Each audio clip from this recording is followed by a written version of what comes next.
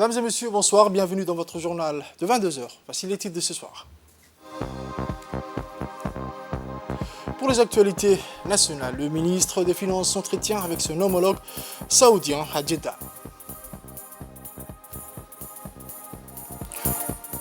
Autre actualité de ce journal, en Somalie, des pluies déluviennes inondent le centre du pays. Les détails dans cette édition.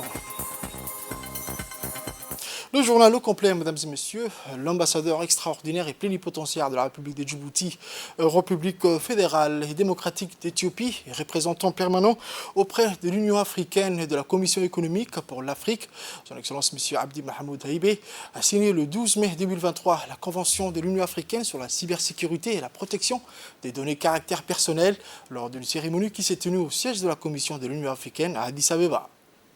Rappelons que cette convention, appelée aussi la convention de Malabo, a été adoptée après un long processus lors de la 23e session ordinaire de la conférence de l'Union qui s'est tenue en juin 2014 à Malabo. Cette convention constitue un instrument juridique et permettra de mieux répondre aux principaux défis au développement du commerce électronique en Afrique, notamment les lacunes liées aux matières de protection du consommateur, de la signature électronique, de l'encadrement de la publicité en ligne, etc. Elle a pour objectif, entre autres, de faire profiter la population des avantages liés à l'espace numérique tout en les protégeant contre les menaces éventuelles. Je vous disais dans le titre, juste après avoir pris part à l'Assemblée annuelle 2023 du groupe de la Banque islamique du développement, la BID, qui s'est ouverte à Jeddah, la délégation djiboutienne conduite par M. Ilyas Moussa Dewale a eu une rencontre bilatérale avec son homologue saoudien, M. Mohamed Ben Abdullah Al-Jaddan, pour discuter de voies et moyens de renforcer les relations bilatérales entre les deux pays frères.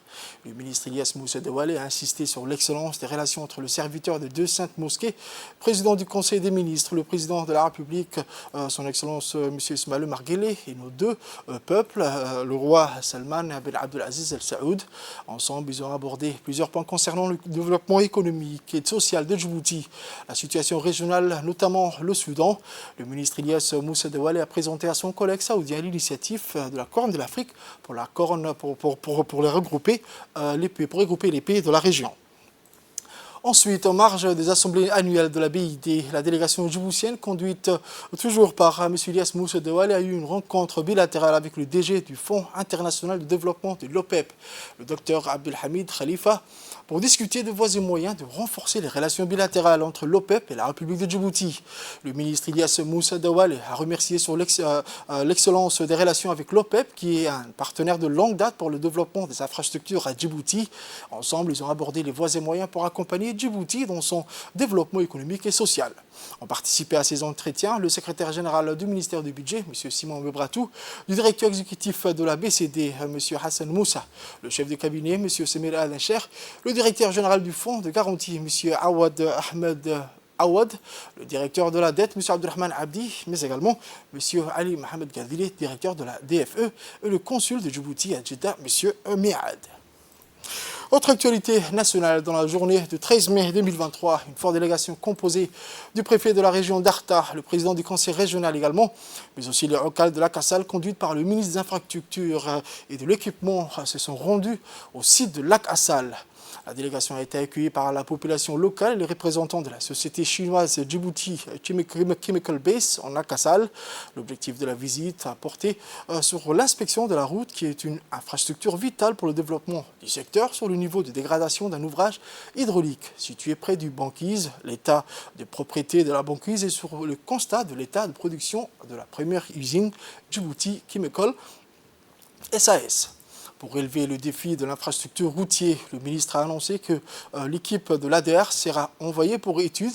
Il a aussi demandé à la population de Lac Assal de soutenir la société chinoise Djibouti Chemical, qui génère de l'emploi et participe au développement de la région et du pays avec l'exportation de sa production du bromure de sodium.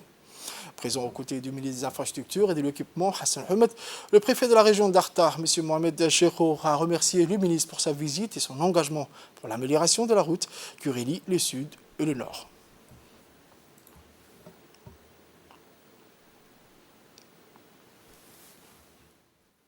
Nous allons écouter un extrait de l'intervention du ministre des Infrastructures et de l'Équipement. Donc nous avons commencé le travail. La route qui a été dégradée lorsqu'il pleut avec la force de crue il y avait eu la déviation d'eau et le début de la route a été dégradé sérieusement. Et par la suite, nous avons visité la banquise du ciel. Donc nous demandons quand même de préserver la nature, l'environnement. Et là, on est, comment dirais-je, sur le site de la société, dans le cadre de la politique du développement industriel prôné par son Excellence le Président de la République depuis son accession à la magistrature suprême de ces pays. Une société a été installée sur ce site. Vous voyez bien les locaux qui se trouvent, les entrepôts qui se trouvent en face de nous pour produire les bromures de sodium qui seront exportés à partir du port de Djibouti. Donc je demande quand même à la population de Lac Assal de soutenir, d'épauler ces sociétés qui travaillent pour l'intérêt suprême du pays. La route est un patrimoine national.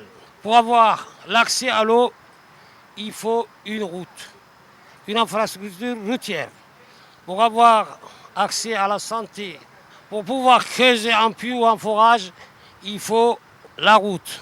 En l'absence de toute infrastructure routière, tout développement humain durable reste hypothéqué.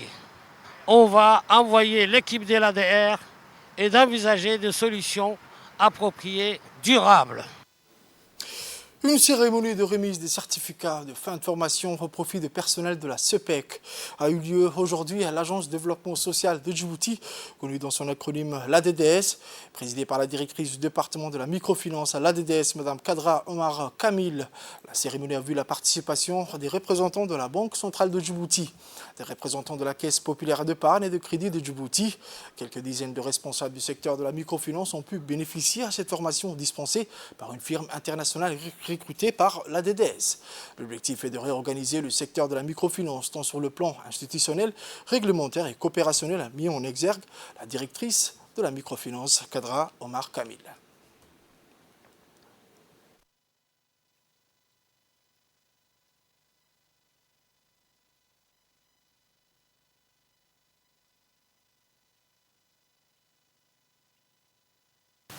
L'objectif est de réorganiser le secteur de la microfinance sur le plan institutionnel, réglementaire ainsi qu'opérationnel.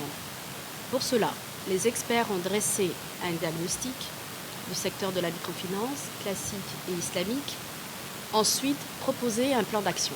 Dans le cadre de ce plan d'action, pour la microfinance classique, le plan d'action prévoit 2 phases. Une première phase de redressement sur 3 ans, et une deuxième phase qui prévoit la mise en place d'une fêtière. Pour la microfinance islamique, il a été proposé un schéma institutionnel sous forme de société. Tout cela n'a pas pu être fait sans le soutien de la Banque africaine de développement, qui travaille avec nous depuis la création du secteur de la microfinance. Aussi, la volonté de notre gouvernement est de rendre le secteur de la microfinance viable, professionnel, à l'instar de tous les pays. Autre actualité de ce journal, l'hymne national djiboutien et chinois ont résonné très tôt ce samedi 13 mai au lycée industriel et commercial pour donner le pas à des chants et des danses culturelles qui ont ravi les participants aux nationalités et aux profils différents. Responsables du Benfob, représentants de l'ADR, représentants des entreprises chinoises implantées à Djibouti, les enseignants du LIC et de l'Institut Confucius de Djibouti, apprenants de l'atelier Luban, élèves ont porté un toast à la mixité et à l'appréciation entre les deux peuples. C'est dans cette ambiance festive qu'a débuté la dernière journée citoyenne de l'année scolaire 2022-2023, parrainée par le secrétaire général du MENFOC, M. Abdallah Mohamed Mahyoub, organisée conjointement par le LIC et l'Institut Confucius de Djibouti, avec la contribution citoyenne de l'Agence djiboutienne des routes et de l'Office de la voirie. Rappelons que les journées citoyennes ont été initiées sous le leadership du ministre de l'Éducation nationale et de la formation professionnelle, son Excellence M. Moustapha Mohamed Mahamoud. Cette journée avait pour objectif, outre la sensibilisation des jeunes à la question urgente du réchauffement climatique et de son impact sur les populations à l'échelle mondiale et régionale, de rénover un tronçon de terre autour de l'IC et de l'Institut. M. Abdi Jama, proviseur de l'IC, s'est dit satisfait du déroulement de ces activités initiées de manière collaborative et salué vivement les efforts et la contribution des uns et des autres. Il espère vivement que cette journée ouvrira la voie à d'autres initiatives citoyennes. Les directrices de l'Institut, dont le rôle est de promouvoir l'amitié sino-djiboutienne et faciliter les échanges, Mme Ron Ziad Hadj Ismail et Zour, ont vivement exhorté à la jeunesse à s'engager davantage pour le développement durable, devenir acteurs et citoyens soucieux de l'avenir de la planète, notre patrimoine commun.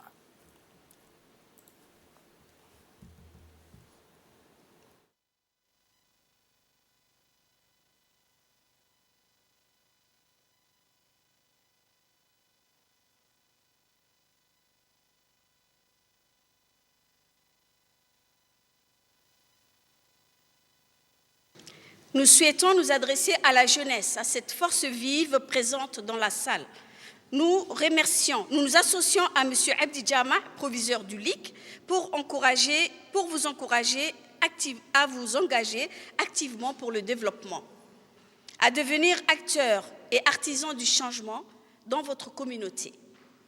Citoyen mondial soucieux de la planète, conscient de la crise climatique sans précédent que connaît le monde et réfléchir à des solutions durables.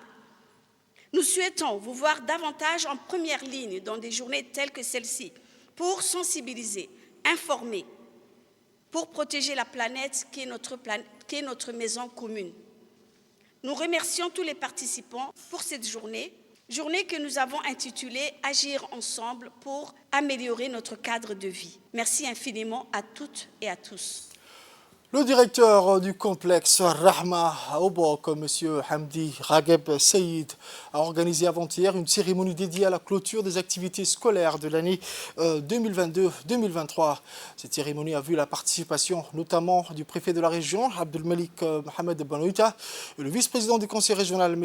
Ahmed Ali Cher, ainsi le représentant du ministère de l'Éducation nationale et de la formation professionnelle, M. Ahmed, mais également des représentants d'organisations caritatives opérant dans la région d'Obok. Les étudiants de cet édifice éducatif ont présenté des jeux folkloriques, chansons et des sketchs sur l'importance de l'éducation. Toujours dans le cadre de cet événement, les directeurs du complexe et les autorités locales ont récompensé les enseignants et le nombre d'étudiants et les ont remis des prix et des certificats. Rappelons que le Premier ministre, M. Abdelkader Kamel Mohamed, a inauguré en 2015 ce complexe qui est une structure destinée aux orphelins et aux enfants vulnérables. Cette structure est notamment composée d'une école fondamentale qui accueille depuis la rentrée scolaire plus de 500 élèves, des dortoirs, des cantines, d'un dispensaire, d'une blanchisserie et des ateliers de formation professionnelle dont les cours techniques sont suivis par plus d'une centaine de jeunes de la région.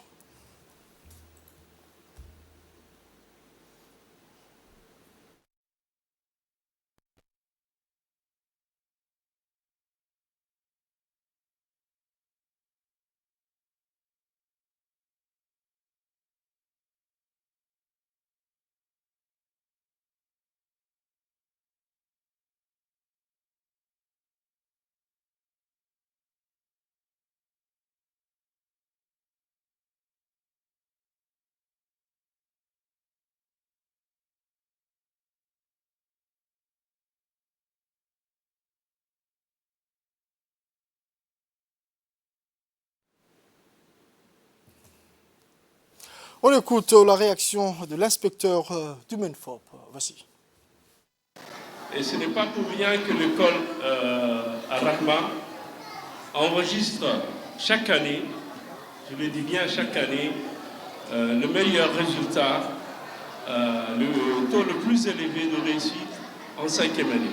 Les élèves de l'école Ar-Rahma également font partie des lauréats des différents concours qui sont organisés au niveau national. Ils représentent la région de Bok. Même maintenant, pour les grands concours organisés par le ministère de l'Éducation nationale et de la formation professionnelle, nous avons des élèves de l'école Rahma qui font partie des lauréats qui vont se rendre vendredi pour participer au grand concours à Djibouti samedi prochain. Donc je voudrais rappeler ici que les écoles bilingues sont des initiatives lancées par le président de la République, son Excellence M. Ismaël Omar Guelleh, pour permettre aux futures générations de s'exprimer, de communiquer, en plus du français, en arabe et en anglais.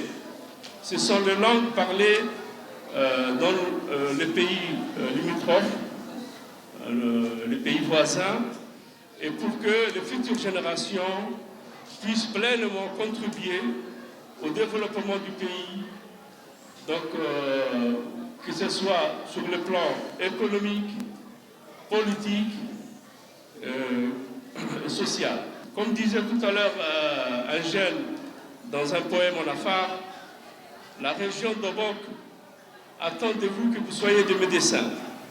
Attendez-vous que vous développiez votre région et que vous contribuiez non seulement au développement de la région d'Obok, mais aussi au développement du pays dans son ensemble. Pour sa part, le préfet de la région d'Obok a remercié la direction du complexe Al-Rahma pour les efforts considérables qu'elle a déployés depuis l'ouverture de cet édifice en 2015 afin d'éduquer les enfants de la région en saluant le niveau intellectuel et culturel des étudiants. M. Abdelmalik Mohamed Benoïta a également salué les activités de l'ONG Al-Rahma à travers son bureau régional visant à améliorer les conditions de vie des groupes les plus démunis, en particulier les orphelins. Le complexe a contribué efficacement aux efforts du ministère de l'Éducation nationale et de la formation professionnelle afin de fournir une éducation de qualité aux enfants de la région. À Ali Sabié, où les actions de lutte contre la contrebande s'intensifient. Cette fois-ci, la brigade de la douane d'Ali Sabié, en collaboration avec les éléments de la brigade de la gendarmerie d'Ali Sabié, ont intercepté à proximité périphérique du secteur de la ville d'Ali Sabié une importante quantité de marchandises de contrebande. La marchandise saisie dernièrement à cette occasion était composée de 50 colis de khat dont le poids total a été estimé à 5200 kg de khat, des boissons non alcoolisées, des sirops, des médicaments, des produits cosmétiques et autres. Des importations dont l'État ne perçoit aucune taxe. D'ailleurs, ce sont des produits transportés par des trafiquants sans scrupules qui contournent souvent les postes frontaliers partout sur le territoire national. Et cela représente une menace réelle pour l'économie de service de notre pays et du fondement étatique, a-t-il déclaré M. Mohamed Moumin Hassan, le chef de la douane locale. Selon la procédure standard en vigueur, cette quantité a été détruite sur place en présence du chef de la brigade de la douane d'Ali Sabié, M. Mohamed Moumin Hassan.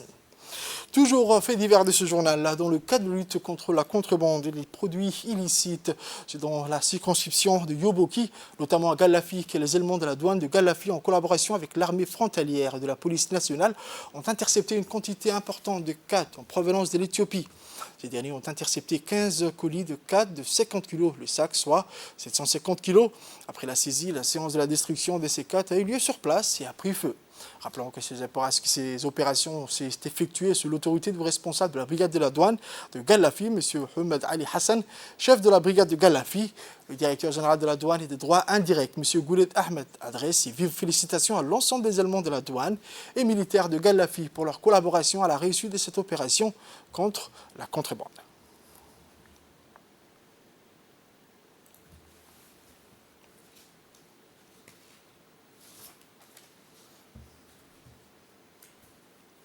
Enfin, pour les actualités internationales, je vous disais dans les titres, depuis quelques jours, ces scènes d'inondation sont fréquentes dans le centre de la Somalie.